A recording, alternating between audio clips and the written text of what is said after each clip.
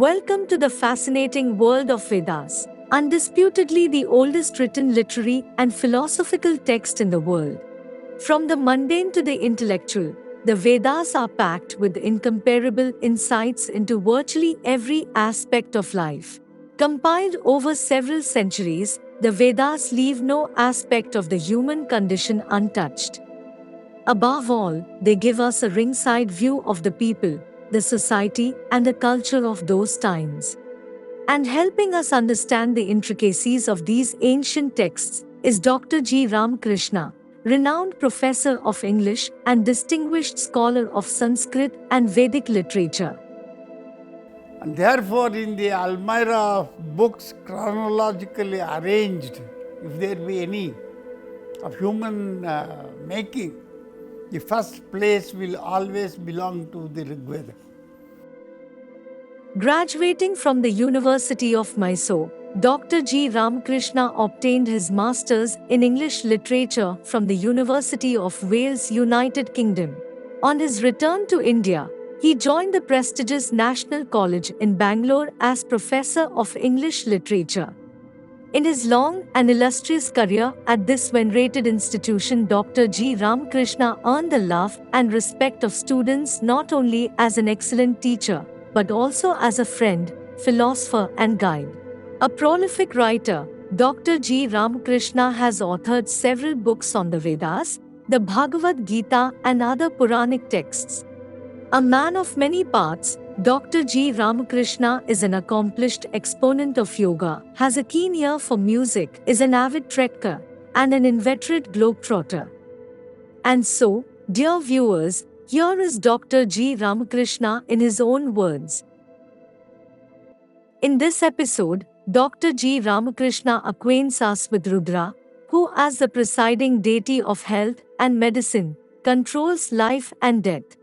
He is also the conserver of material wealth, children, cattle, horses, etc., which was central to the aspirations of the Rig Vedic people. Further, Dr. G. Ramakrishna introduced us to the Brahmanas post-Vedic texts that define the role of rituals in the life of an individual. This priestly class gained unparalleled power.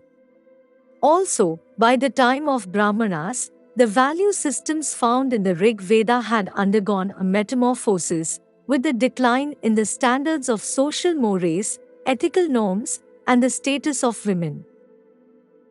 Next, I shall introduce another deity who is prominent in the Rig Veda, not as prominent as Agni and Indra, but prominent enough. He is Rudra. The first and foremost thing that we should remember in this context is that Rudra of the Rig Veda is not simply Shiva of later times. He is different.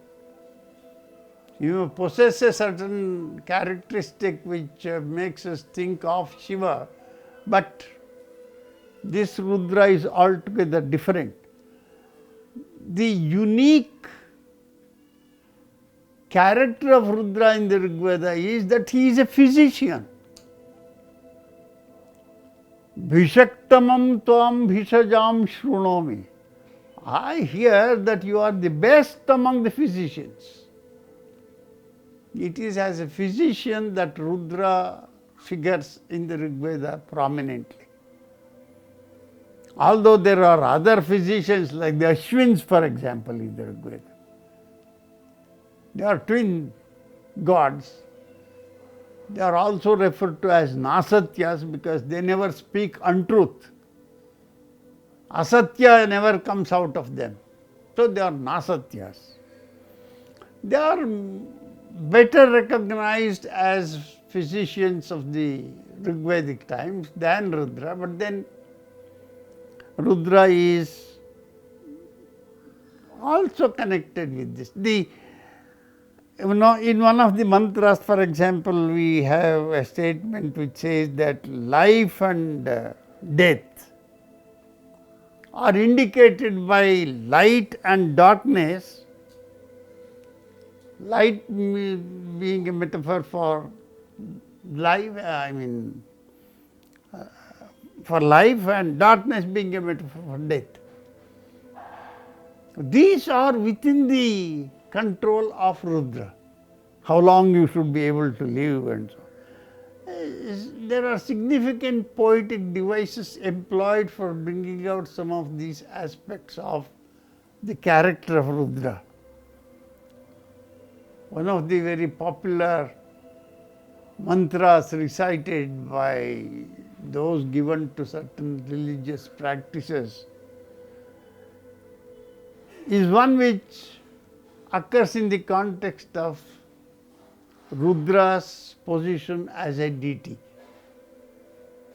Manastoke tanaye mana ayushi mano goshu mano ashveshu ririshaha. What was the wealth of the people of the Rig Vedic times? What kind of conservation did they aspire for? Rudra was the one who could enable them to conserve all their wealth. Toka is children, any child. Then specifically your own son. Manastoke tanaye. Rudra is being asked to ensure that their life is not cut short, nor should the life of their near and dear ones be cut short. Then don't be fierce towards our cattle, our horses. Mano goshu, mano ashveshu ririsha. Don't be wrathful towards our cow, towards our cattle and our horses, etc. The kind of wealth that the Rig Veda constantly refers to is, of course, the cattle and the horses. Now, because Rudra is the presiding deity over the department of health in the Rig Veda, I think this context should provide us with the background for the science of medicine also. What is the kind of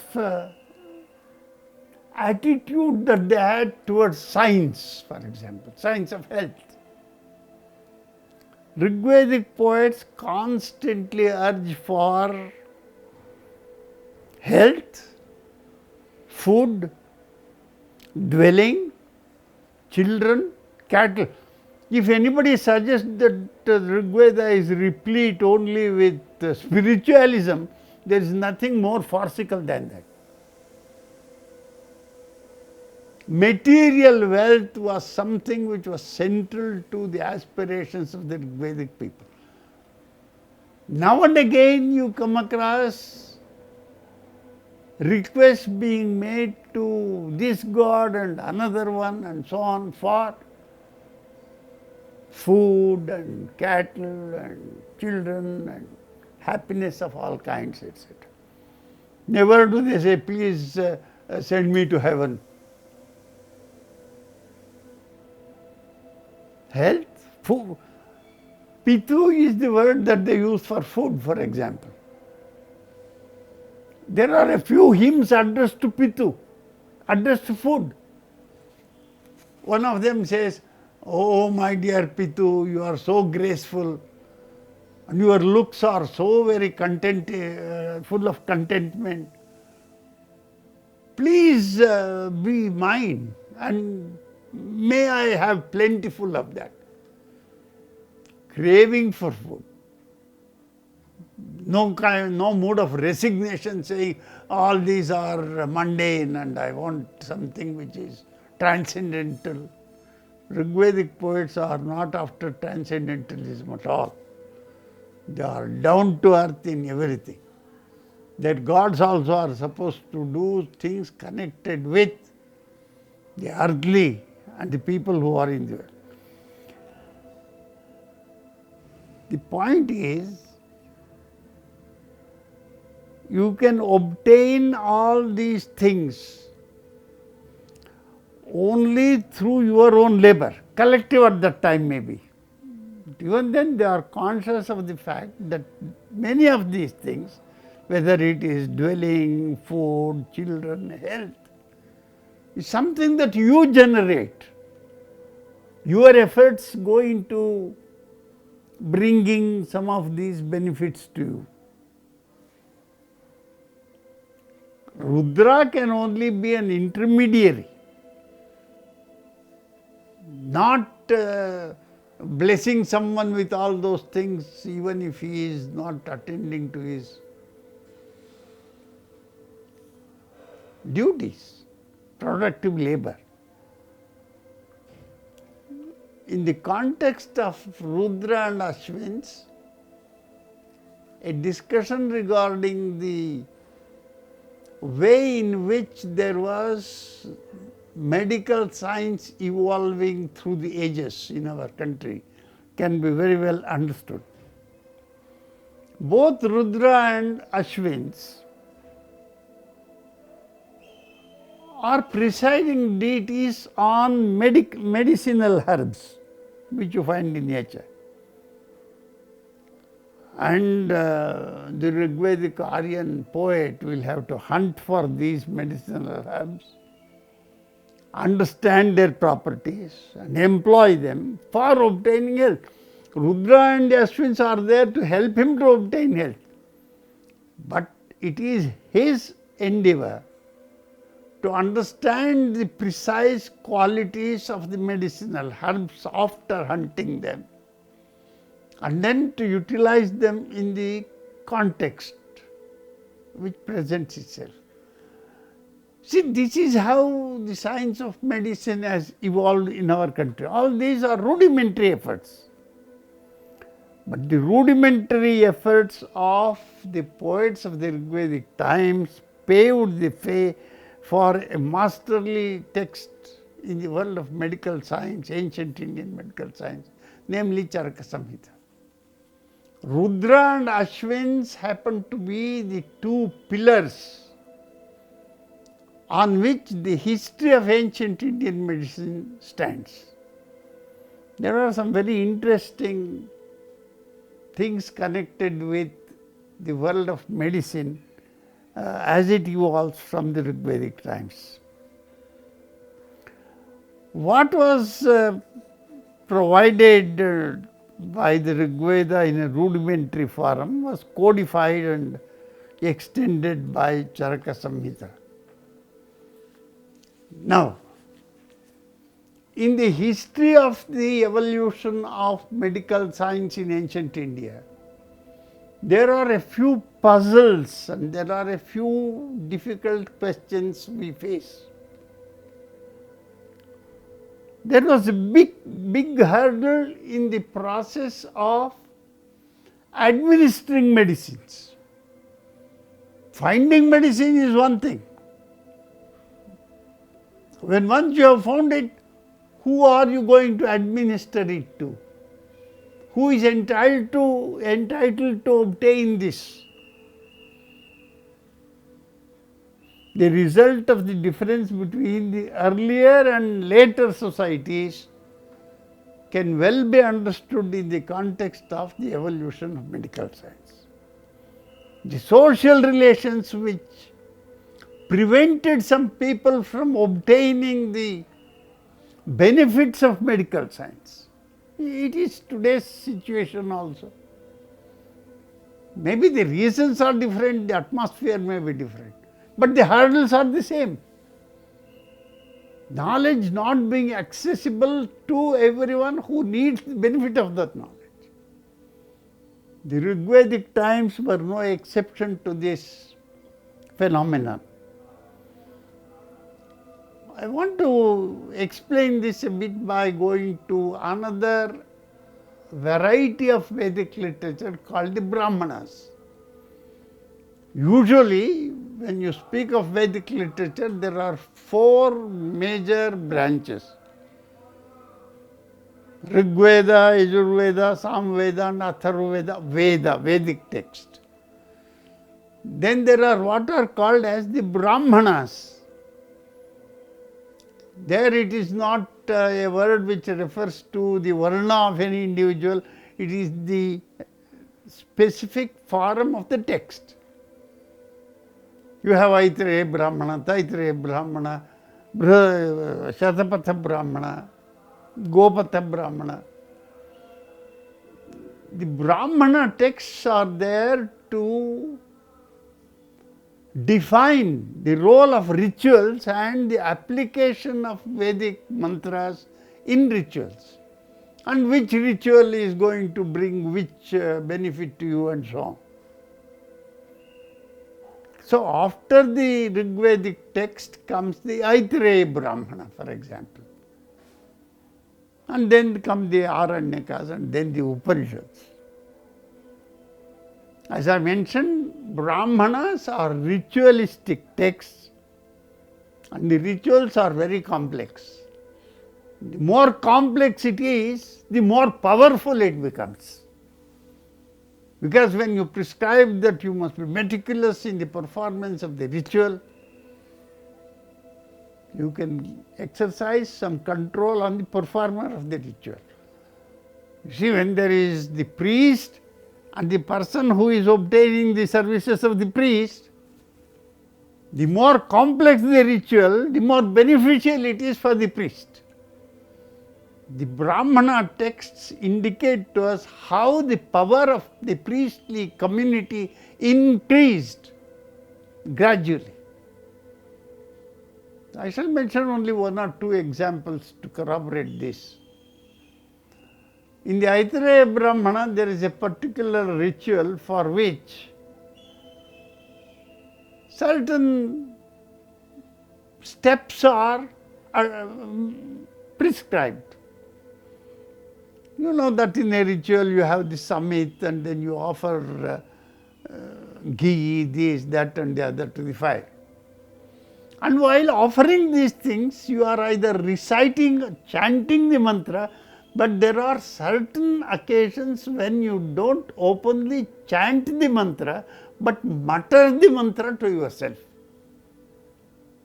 Muttering it to myself, not openly articulating it. But that muttering of the mantra is a very important part of the ritual. If I do not mutter the mantra to myself at a given point at the time of the ritual, then the benefit will not follow to the performer of the ritual. You see what leverage this gives to the priestly class. In the Aitreya Brahmana, there is a specific categorical assertion that if the Yajamana is the performer of the sacrifice, the person who has organized it, and for him the benefit accrues. Suppose the performer of the sacrifice called the Yajamana is stingy, doesn't give you good dakshina, then you can teach him a lesson. It is prescribed that a particular mantra must be muttered. Suppose you don't mutter the mantra to yourself, then the Yajamana stands to lose. You have therefore a grip on the Yajamana because of the way in which you have prescribed the order of the ritual. You prescribe the way in which it should be performed, and then that becomes the weapon for you to handle the Yajamana to ensure that he rewards you properly and so on. The most important thing to remember is that during the Rig Vedic times, there was no prayer of any kind for a particular individual. There was no Yajamana. In the Rig Veda, if they appeal to some god or goddess for some returns, it is for the collective as a whole. Ma naha, mama, no mama. Naha is in the plural, for us. We shall remain loyal to you, not I shall remain loyal to you. So everything is in terms of the collective. The Rig Vedic society is one which believes in the ethos of the collective. But society has evolved differently by the time of the Brahmanas. The individual has come to be the central figure in the performance of the ritual, and it is to that particular individual that the benefit accrues. It is no longer the collective. You can therefore trace the evolution of the society of ancient times in our country, looking at these.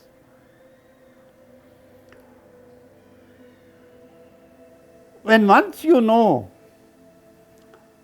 that a particular order alone is what enables you to obtain the results, well, you can see that the priestly class has the upper hand.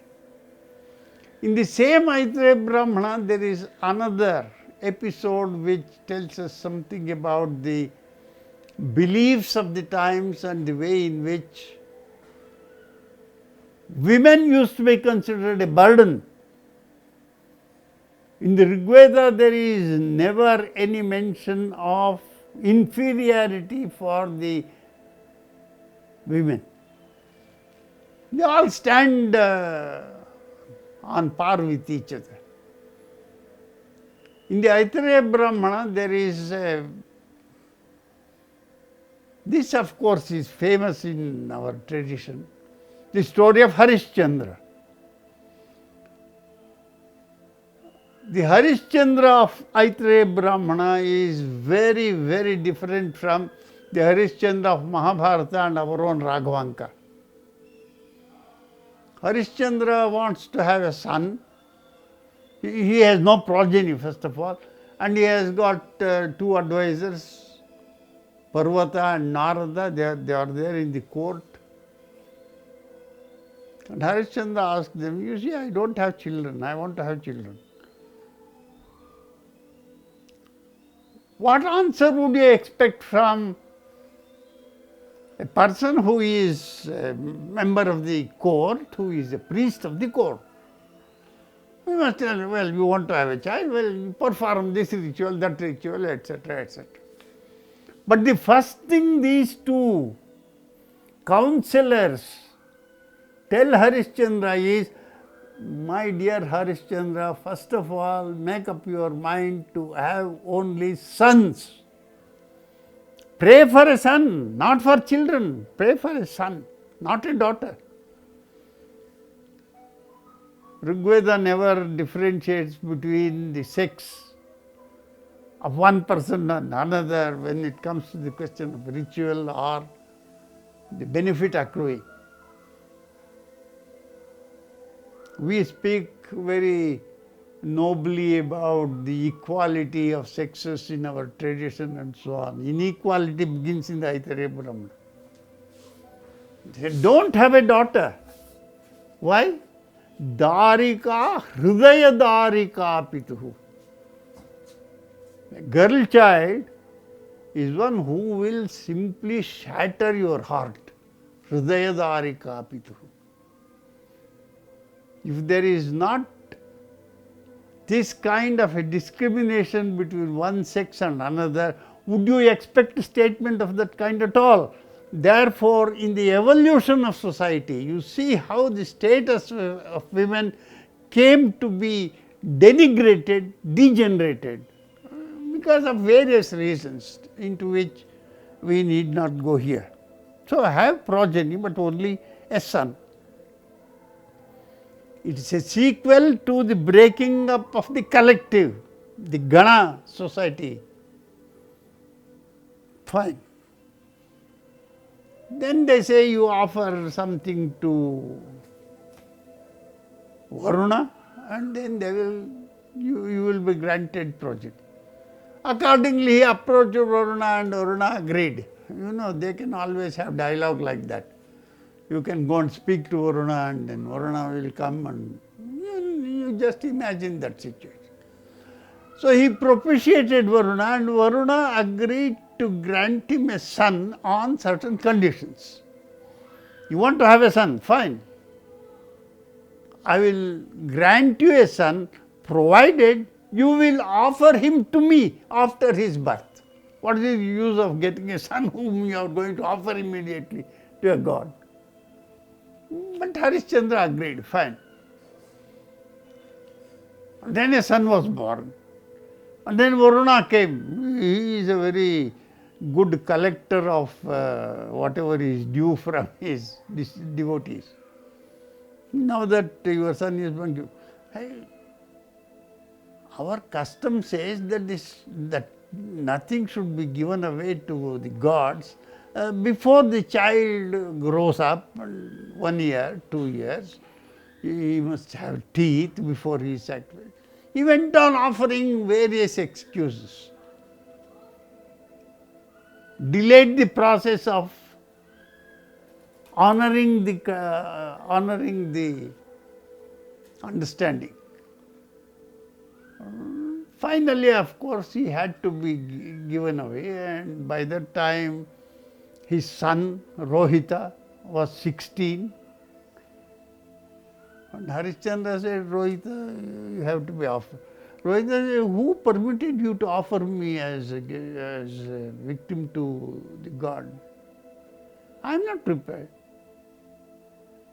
So he walked away. He said, you and your Varuna, whatever agreements you have, I have nothing to do with it. So he went away to the forest, started roaming. And Indra came and persuaded him to continue to go on wandering. You see the conflict between Indra and Varuna. But that is not the main thing that I want to underline in this particular episode. Varuna had to be appeased. Rohita had not cooperated with his father. They had to find a substitute for Rohita. So Varuna said, okay, if not Rohita, you offer someone else in his place. So they went in search of a person who would be willing to be sacrificed to Varuna. And they found a person called Ajigartha. You see, the social context of the Rig Vedic period and the way in which certain changes continuously were taking place. What kind of society? What kind of moral standard do you preach and practice? Rig Vedic times, natural order, Rudra, and so on. Rudra has gone. Here they have a person called Ajigartha. Ajigartha has 3 sons. This is a popular story. He had 3 sons. Shunashepa was one of them. Shunapucha, Shunashepa, Shunolangula. Shuna is dog. Somehow Ajigartha's sons are all named after dog. Dog's tail. Shunapucha. Shunashepa was to be offered in sacrifice. Now comes the crux of the matter. Ajigartha was prepared to offer his son as replacement for Rohita to Harishchandra on payment of something. You pay me this much, I will give you. When once you have paid and obtained him, well, there is this whole ritual. You have to tie the victim to the pole. Somebody must come and cut the head of the fellow. Who is going to do all those things? Nobody will do it. At each step, Ajigartha said, give me 1,000 more, I shall do it. It is for his son. Mahyam aparam shatam datta ahamenam hanishyami. Give me 100 more, I shall slaughter. Give me 100, I will give him to you.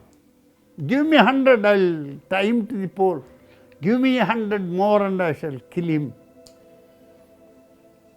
something which is unthinkable in the context of the Rig Vedic period. The kind of society that has emerged, the kind of power that the priestly class has come to enjoy, and the change in the ethical norms. In other words, how society has been transforming itself through the ages is what we understand. Grab more and more. The value system, in other words, has metamorphosed to the greatest extent possible. All this, please remember, is in an Apaurushaya text. The whole of Vedic literature is supposed to be Apaurushaya. And in the Apaurushaya text, you have references to so many social phenomena.